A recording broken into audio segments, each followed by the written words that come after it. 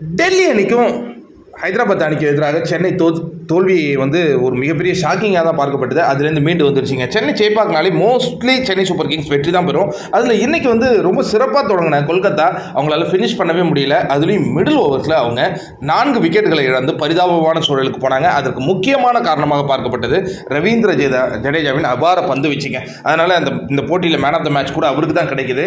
138 ரன்னை எல்லாம் ஈஸியாக சென்னை அடிச்சிடும் அப்படிங்கிறது நம்ம எல்லாருக்குமே தெரியும். அப்படி இருக்கும் பொழுது தொடக்கம் ஒரு அளவு நல்லாவே இருக்கும் பொழுது ருத்துராஜ் கெய்க்வாட் ரொம்ப நாளுக்கு பிறகு ரன் பால் தான், பட் இருந்தாலும் நன்றாக ஆடினாருங்க. ரொம்ப நல்லா ஆடினார். அஜிங்கே ரஹானவே எப்போதும் அந்த ஃபர்ஸ்ட் டவுன் எடுத்துகிட்டு வருவாங்க, எரிச்சலாக இருக்கும். ஆனால் இந்த முறை மிச்சலை மாற்றினாங்க. அது பெரிய ஆறுதல்லாம் சொல்ல முடியாது.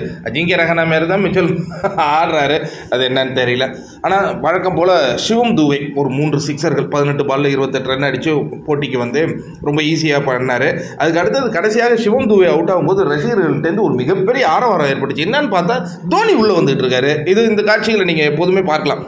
அணி கம்ஃபர்டபுளாக வெற்றி பெற போகுது அப்படின்னா தோனி உள்ளே இறங்கி வந்துட்டு இருப்பார். இன்னொரு விஷயம் பார்த்தீங்கன்னா அணி கம்ஃபர்டபுளாக தோற்றுரும் அப்படின்னாலும் தோனி உள்ளே வந்து பலார்னு 2-3 சிக்ஸ் அடிப்பாங்க. நம்ம ஆட்கள் தலை தோனின்னு அந்த ஆரவாரம் பொங்கும் காட்சிகளை வெளிப்படுத்திட்டு இருப்பாங்க. அந்த காட்சிகள்லாம் நம்ம பார்ப்போம்.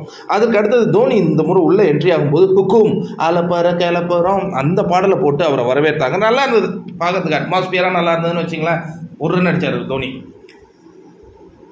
நல்லா இருந்தது. மேட்ச்சு சிஎஸ்கே வெற்றி, 2 புள்ளிகள் அவங்களுக்கு கிடைக்குது.